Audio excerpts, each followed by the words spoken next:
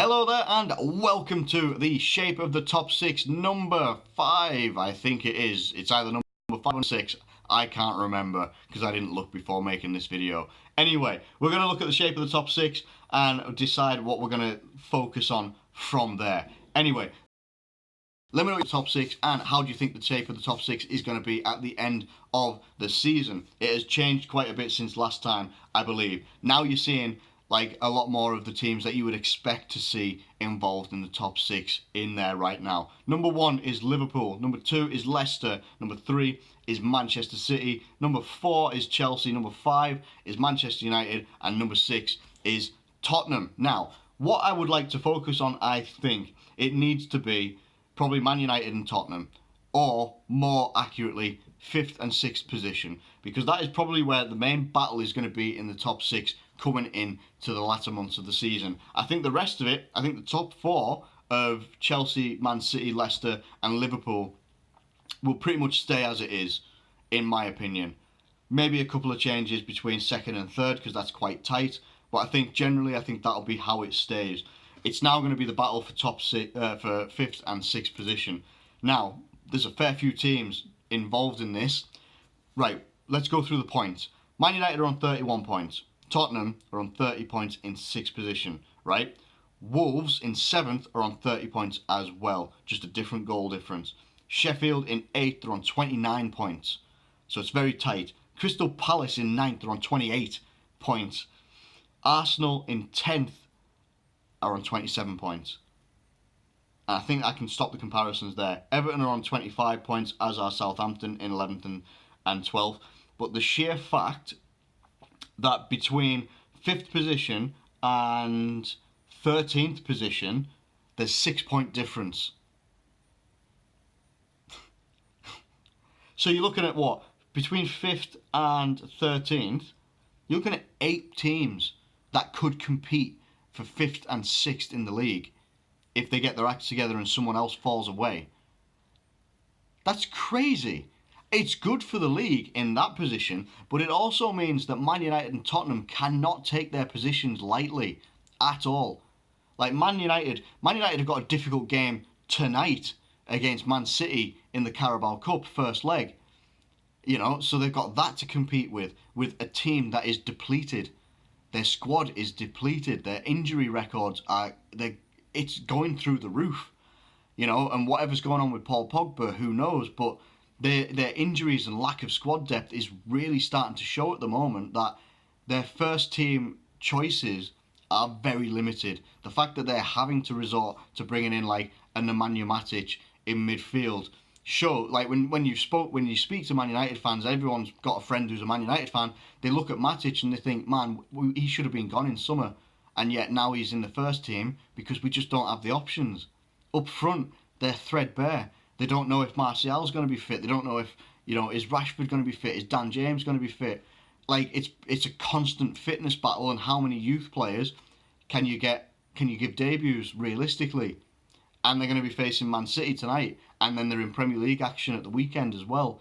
It's just constant. Probably the Carabao Cup games, they probably, teams are playing the Carabao Cup this week, midweek, and then there's us, Liverpool, who are just like, look, people can say we disrespected the competition because we were out in the Club World Cup, but to be honest, it was never a cup competition I wanted to be involved in, and I wanted less fixtures in January.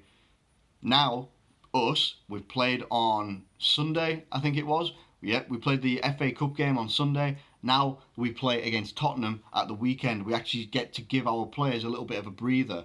People can say that's disrespectful to the Carabao Cup, but actually it's the governing bodies of the Carabao Cup, the FA Cup and the Premier League all together are not allowing teams to have a rest, which also then means you're then putting pressure on players and then you're now getting injuries. Now Tottenham, I've always said Tottenham recently have an ageing squad, right? And I watched their game against Middlesbrough in the FA Cup.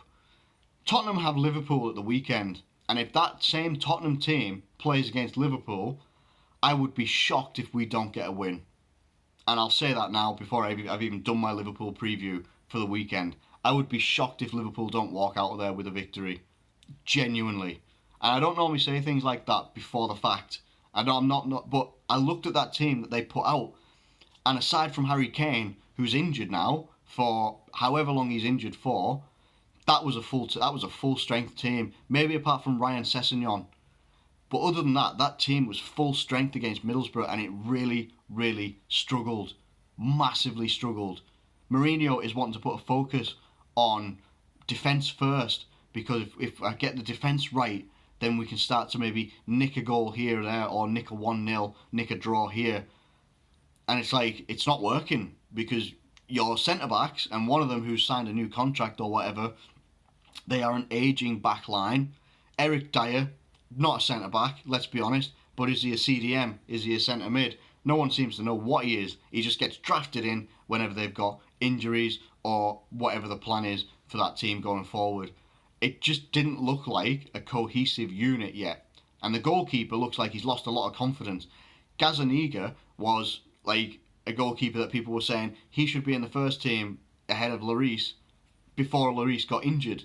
But now, just doesn't look like a very confident keeper. Normally, that comes from what's in front of you as well. We've seen it over the years ourselves as Liverpool fans, when you have like Mignolet in goal, not the greatest goalkeeper of all time, but then when he had like Skirtle and whoever else, like Kolo Touré or something like that in front of him, it's not going to breed confidence. And you had Alberto Moreno on the left-hand side and whoever else on the right-hand side.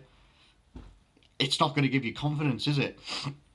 So I don't know what's going to go forward. Me talking about Tottenham and Man United like this, and then let's talk about the Wolves, let's talk about Sheffield, let's even talk about Crystal Palace, and talking about Arsenal, who could be reinvigorated to get themselves into the top six as well, with what Mikel Arteta's doing. I watched Leeds versus Arsenal last night when I got in from work. First half, Leeds were absolutely all over them. Leeds were dominant. And then second half comes out. I have never seen an Arsenal team come out different like that in a long time. They came out, put the pressure on, got the goal early on in the second half, and controlled the game from there on.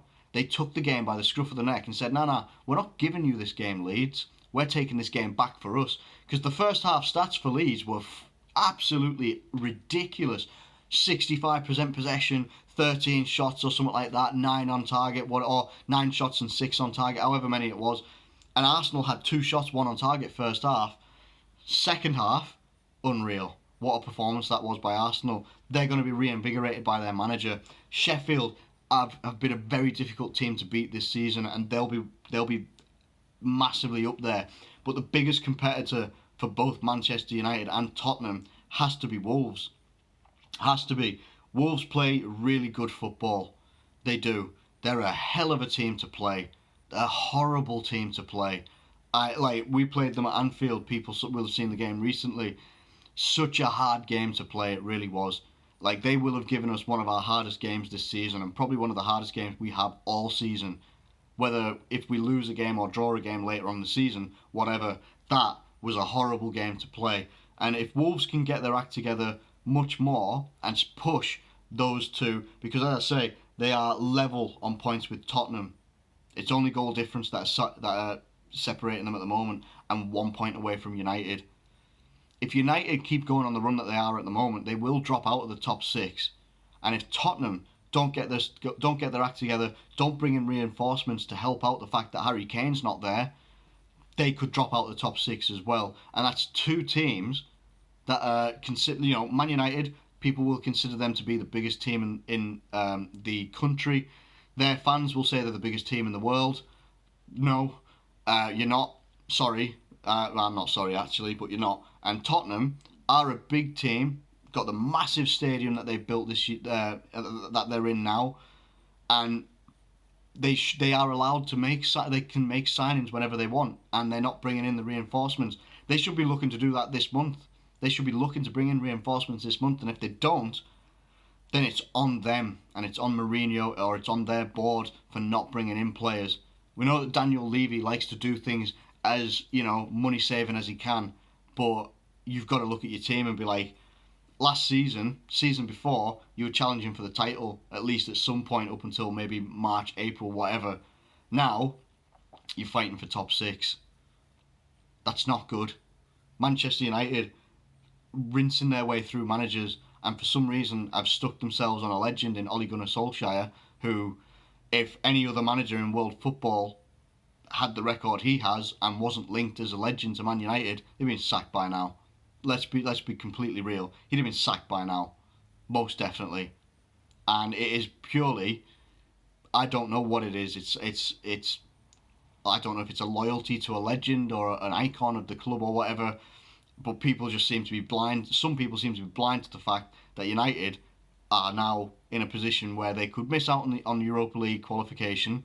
They could miss out on winning the Europa League altogether, depending on who they come up against in the next stage of the Europa League. And yeah, they could miss out on. They're going to miss out on top four by the looks of it if they don't get themselves sorted out pretty quickly. Injuries and stuff like that will build up. Doesn't look like it's going away for them. I don't know. Who do you think is going to be in the top six by the end of the season? Is it going to be Man United? Is it going to be Tottenham? Or is it going to be someone like Wolves, Sheffield, Arsenal? Will they get their way back in there? Because they look reinvigorated, as I said before. Let me know what you think in the comments below. Right now, it doesn't look good. It looks bleak for them, to be honest. It really does. Let me know what you think in the comments below. If you've enjoyed this video, please do like it and subscribe if you're new around here. Thank you once again, and I'll catch you later.